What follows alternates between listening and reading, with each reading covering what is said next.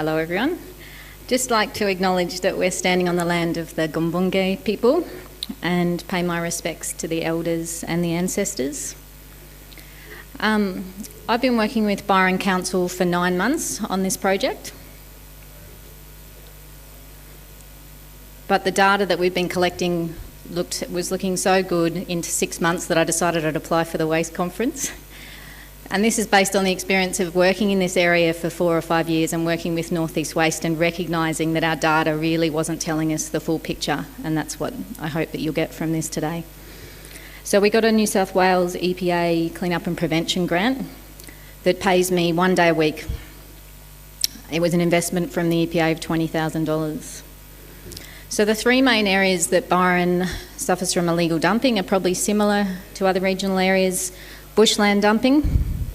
These are photos all taken since I've been there. Curbside dumping. And also our stockpile dumping spots, which is where councils stockpile like gravel and road base and things like that. And they're often used as carpooling spots. They're often hit for dumping as well.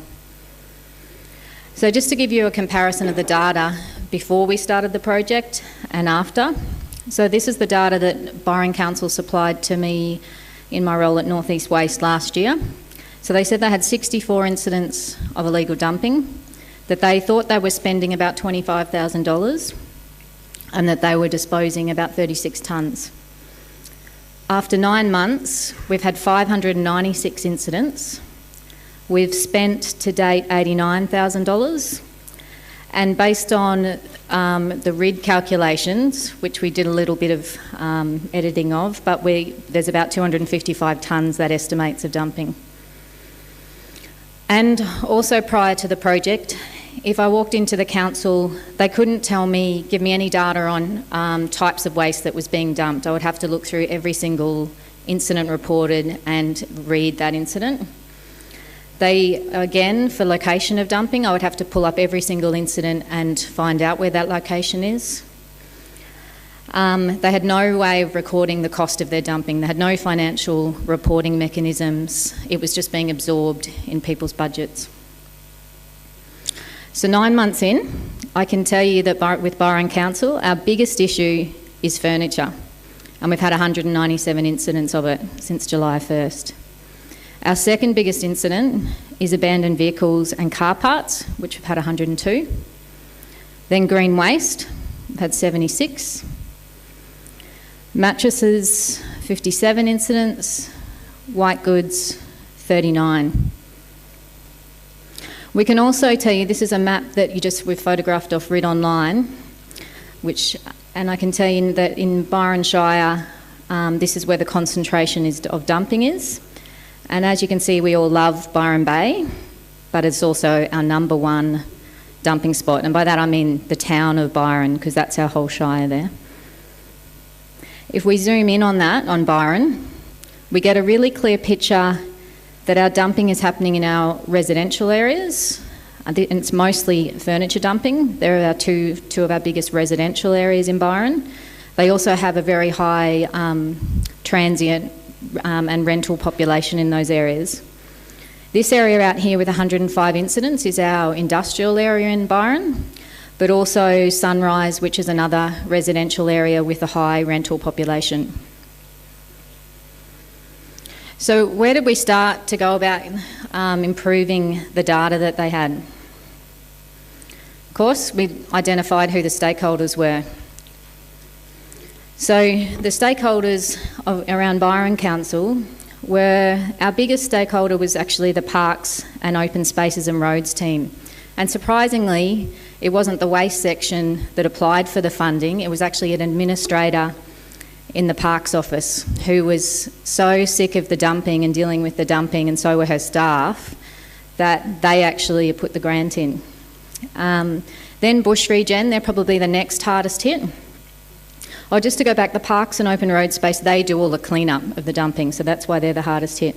Bush Regeneration, they're affected in their regen areas, from a lot of the regen backs onto residential areas and people throwing it over their fence, their garden waste, their palm fronds, that kind of thing, but also rubbish. Customer service, of course, because that's where all the incidents are being called into. Bush Care and June Care groups are our community groups. They are also really affected, and they've actually been probably one of the hardest groups to bring on board because they were so just disillusioned, I guess, with the lack of response from the council around the issue, and it's been very hard to get them to report and even if they see my role as not helping them solve it, so trying to get across that we need to get better data and then we can, improve the way that we respond to this. Water and sewerage were a stakeholder that came on a bit later because we didn't even realise that they were having issues until we started to find it on the roads into the water and sewerage treatment plants because, of course, they're isolated, those roads, so they came on board. The compliance section, there's a legacy of them not wanting to be involved in illegal dumping in our council. It's surprising, I know, and I'll go into that a little bit more, but they are a stakeholder because they enact the POEO Act in local government. And the waste section, of course they were involved and they hold my position, but their role was not with any of the clean-up and they don't pay for the dumping. So it doesn't affect that team as much. But of course the dumping comes through the landfills. Okay, the challenges. So getting collaboration across all those different sections of council was one of our main challenges. There's I don't know if you get the same in other councils, but it's a very siphoned way that people kind of work in the local government, and so getting people to communicate across those teams because, of course, so many teams are involved in the issue of legal dumping. The lack of support from compliance was a really big obstacle for us.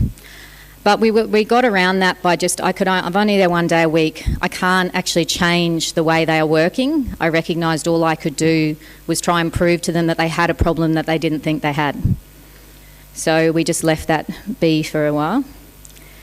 And the reason was that they have an action plan and illegal dumping is not on their top 10 priority issues for compliance. So they said to me, unless you can get onto the top 10 list, we can't help you, basically. So basically, we were offering a free garbage collection. And so I was trying to get that across to the councils and to the different sections of council that basically that's what Byron offers. You put your rubbish out, someone calls in and tells us that it's out there, and Parks and Roads come and clean it up for you. So I went to all the managers of those sections and spoke to them about this issue. And I put together what was a more ideal strategy, the way that Byron Council should be working towards. But I didn't get much support for the changes at the beginning. They said to me, unless I could prove to them that it was going to save them money, that it actually was an issue, that it was costing them money, that they weren't really interested in changing the way that the council worked. So I had a mission. So where did we start? I started with where the biggest impact could be made.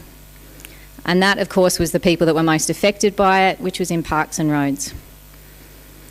So the reporting method that council was using, which is probably similar in most of the councils, is through their customer request management system.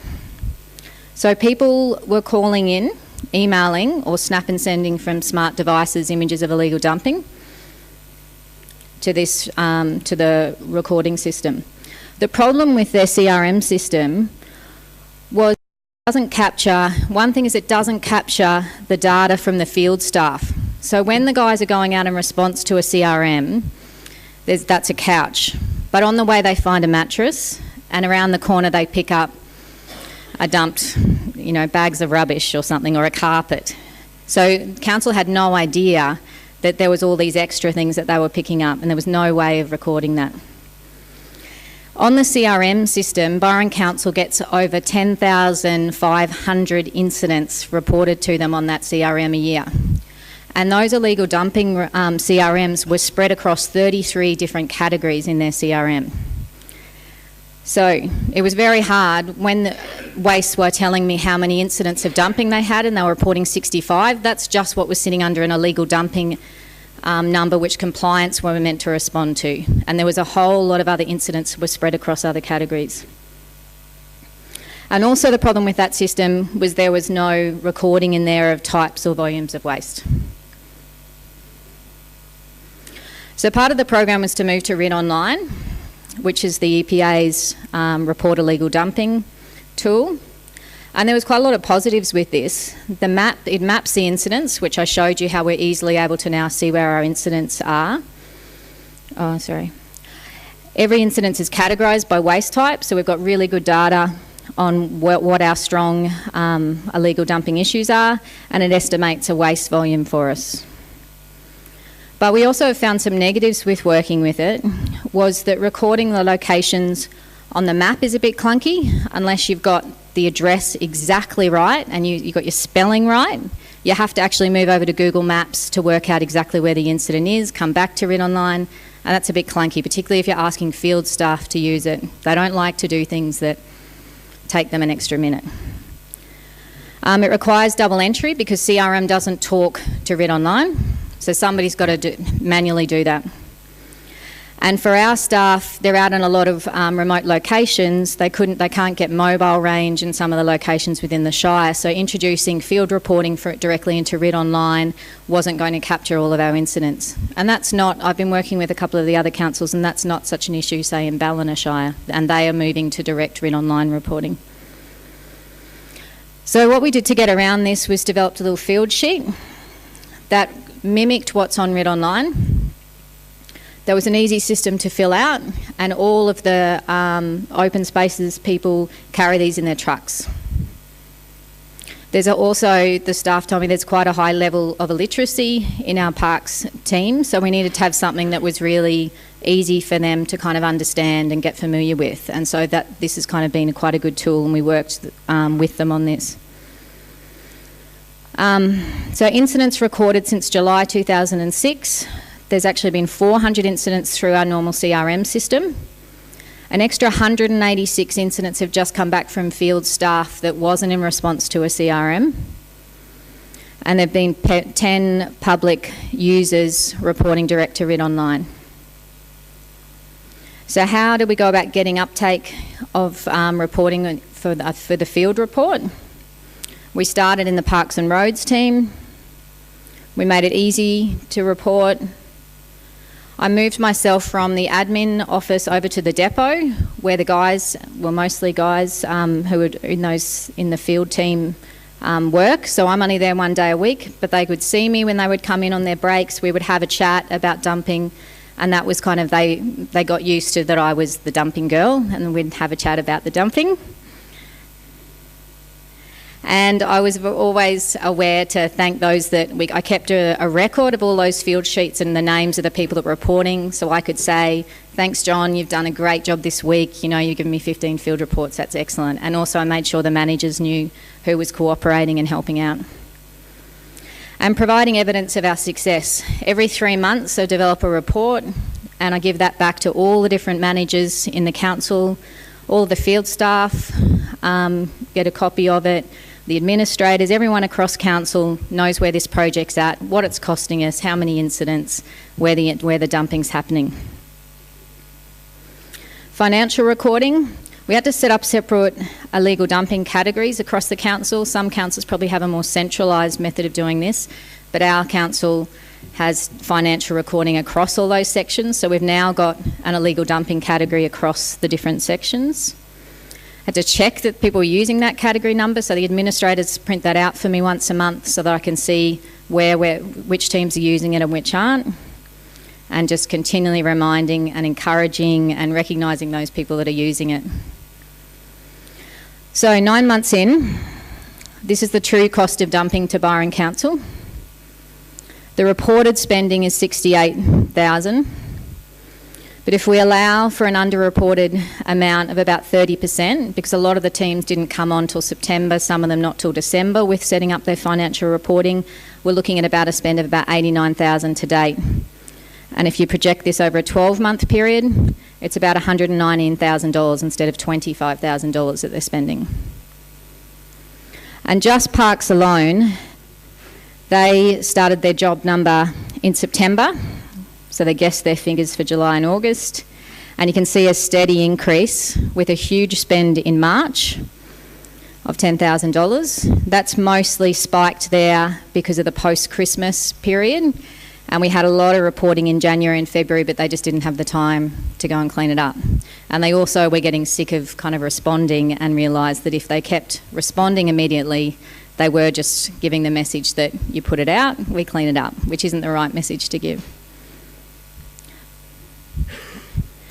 So the outcomes from the project, we've got improved collaboration across those council sections now. I developed the illegal dumping procedure for them about the ideal way that we want to go and respond to illegal dumping in the council.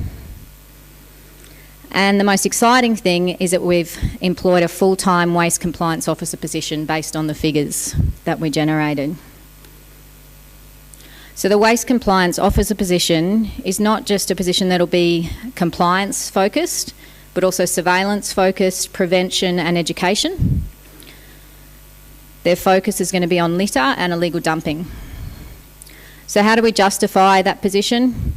So we could show them that our clean-up costs more realistically, cost us around $119,000.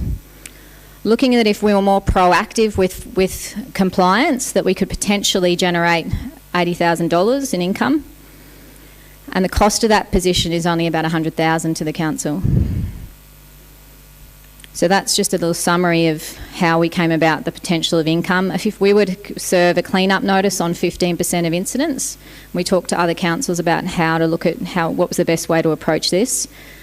So it's hard to know whether we can achieve that, but if we did that, we'd be getting about $55,000, and if we were to serve a PIN on only 2%, we'd be generating $28,000. So the lessons learned. You've got to customise the systems of reporting for your council.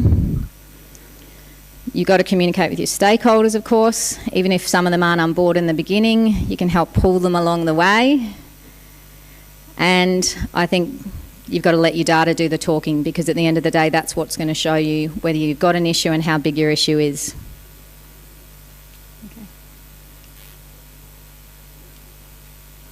There's my contact details if you want to get in touch. I brought 5 copies of the latest 9-month report if anybody wants to have a more detailed look at our data. I've got 5 printed copies here. You can come and see me after, or you can email me on that address, and I'm happy to share any of our information with you. Thank you.